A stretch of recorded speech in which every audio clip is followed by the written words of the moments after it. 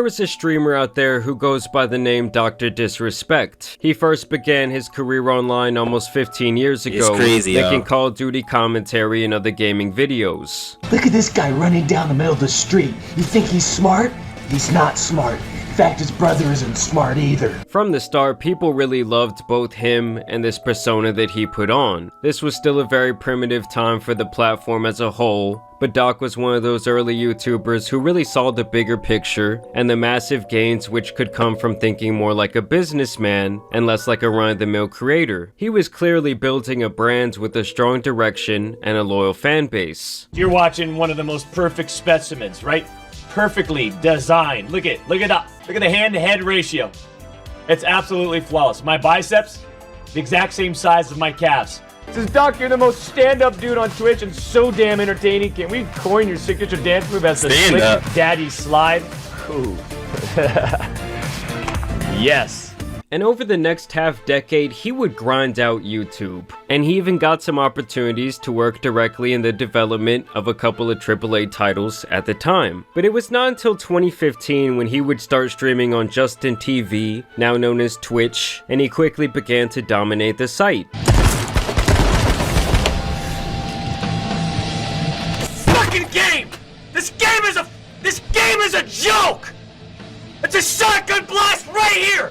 By 2018, Doc was breaking records and signing massive deals with some major brands. It was beyond clear that streaming and this persona that he had created was like a match made in heaven, and this all resulted in him becoming one of the most popular people on Twitch, period. So everything was going great for Doc. Yes, he had a few bumps in the road, like when he cheated on his wife and then cried on stream about it. I remember this. As you guys know, I have a beautiful family and a wife and kid. I want to be transparent that I've been unfaithful and I'm probably going to be taking some time away, time off. And of course, there was also the time he got a temporary ban on Twitch for streaming in the restroom at E3. But overall, he was still in completely over his head with success and an abundance of opportunity. But then on June 26 of 2020, exactly 4 years ago to this day, things would change drastically, as seemingly out of nowhere Doc would get banned. Twitch's official statement on the ban would read, "As is our process, we take appropriate action when we have evidence that a streamer has acted in violation of our community guidelines or terms of service. These apply to all streamers regardless of status or prominence in the community, with Discord also removing him from their partner program." Now immediately Doc would claim that he had no idea why he was banned from Twitch, also stating that his contracts were still in good standing. From here he would begin to stream on YouTube.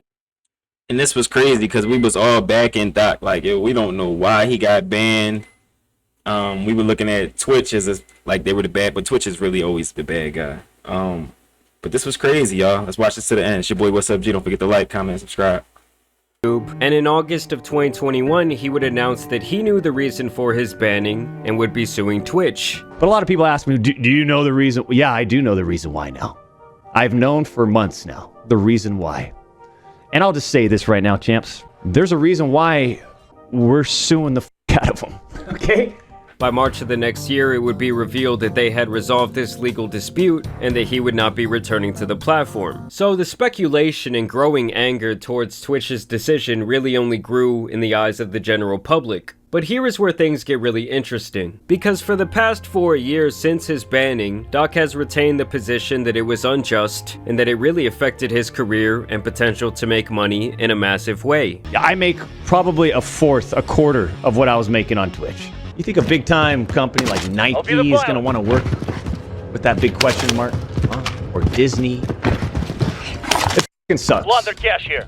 But now the truth is seemingly coming to light piece by piece, and it all started when a former Twitch employee named Cody Connors tweeted out he got banned because he got caught sexting a minor in the existing Twitch Whispers product. He was trying to meet up with her at TwitchCon, the powers that could be read in plain text. Of course, this all sparked a massive storm online, and his buddies rushed to defend him.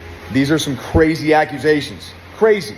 Until we know them as fact, until they've been proven with evidence, What are we talking about? What's anybody talking about? You even had one of the Tate brothers speak up, saying that he knows what it's like to be a tall, successful man who women are throwing themselves at, and he just knows that Doc is innocent. And then you even had Doc himself tweeting out, "Listen, I'm obviously tied to legal obligations from the settlement with Twitch, but I just need to say what I can say since this is the fucking internet. I didn't do anything wrong. All of this had been probed and settled. Nothing illegal. No wrongdoing was found. And I was paid. Elden Ring Monday." So obviously a lot of people found this statement to be sketchy to say the least, while others speculated that he couldn't outright say he wasn't talking to or interested in meeting up with a minor due to legal bindings. The next time he would boot up his stream, he would claim that he was not interested in speaking on these allegations at all. For those that are looking for me to expand on this weekend, not gonna.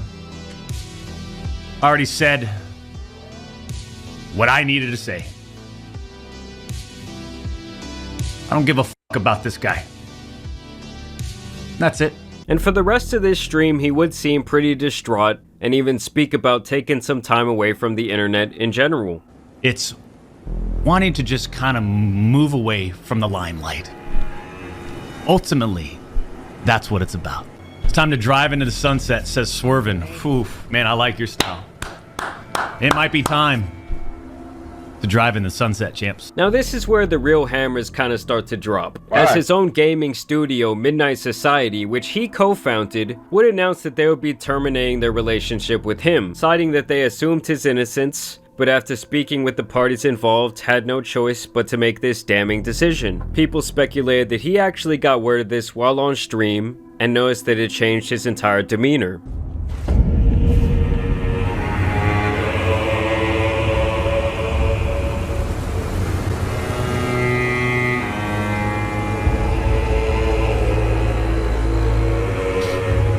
So obviously this more or less confirmed that they peeked behind the curtain and didn't like what they saw to a point where they felt like action needed to be taken. This is crazy. Of course, people started making jokes saying, "Hey Doc, I heard you like I'm young," and Facts. posting videos of his quote-unquote new setup. And they Facts. also brought up this clip from 2 months ago. I remember someone saying Doctor's Disrespect got banned from Twitch because he was messaging underage girls Facts. on Twitch. Why he said that?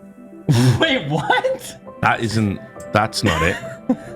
We're about to learn all about the DMCA What process the now. That's what I'm saying. What I heard it. Did he say that? If I'm the doc, I'm suing you right now. I would actually sue you. Now this would all more or less force Doc's hand, so he would once again tweet out that he wants to cut the fucking bullshit, claiming that he's always been upfront and real. He would then apologize to his community and confirm that he would be stepping down from his position in the gaming studio company. Everyone has been wanting to know why I was banned from Twitch, but for reasons outside of my control, I was not allowed to say anything for the last several years. Now that 2 former Twitch employees have publicly disclosed the accusations, I can tell you my side of the story regarding the ban. Were there Twitch whisper messages with an individual back in 2017? The answer is yes. Were there real intentions behind these messages? The answer is absolutely not. These were casual, mutual conversations that sometimes lean too much in the direction of being inappropriate. But nothing more. Nothing illegal happened, no pictures were shared, no crimes were committed, I never even met the individual. I went through a lengthy operation regarding a civil dispute with Twitch, and that case was resolved by settlement. Let me be clear, it was not a criminal case against me, and no criminal charges have ever been brought against me. From a moral standpoint, I'll absolutely take responsibility. I should have never entertained those conversations to begin with. That's on me. That's on me as an adult, a husband, and a father. It should have never happened. I get it. I'm not perfect, and I own my fucking shit. This was stupid. Still, Doc would retain that he is not a predator, that he doesn't care about his quote-unquote haters, and lastly made it clear that he had no intentions to go anywhere. So basically, Dr. Disrespect confirms here that he was indeed having inappropriate conversations with someone who was not of age. I find it hilarious that his only real defense of himself is that he never had any intentions behind these personal conversations he was engaged in. It's kind of like saying, oh, I didn't plan to rob the bank. I just got the ski mask, the gun, the rope, and of course the blueprints of the building as well as the security guard's schedule. And let's... This is disgusting. This is disgusting. So he was texting a minor, texting him inappropriately, and was planning to allegedly meet up with him at TwitchCon. This is insane. This whole time the whole community's been supporting you, and you a PDF file? You can't stand next to a guy like that. Clear that these chat logs have not and likely will never be released to the public, but it's pretty obvious there was something damning in there. One of the heads of his now former studio tweeted out, "This is a statement from me personally, it does not reflect any of my companies, and has not gone through any legal or PR approvals. If you inappropriately message a minor, I cannot work with you. Period. I promised to only act on facts, and I did." And some of his good friends would even come forward with their reactions to this new information. I read through Doc's tweet, and in that very tweet, he basically confirms that, he was texting an underage girl, and it went weird sometimes, and look, there's no excuse for something like that.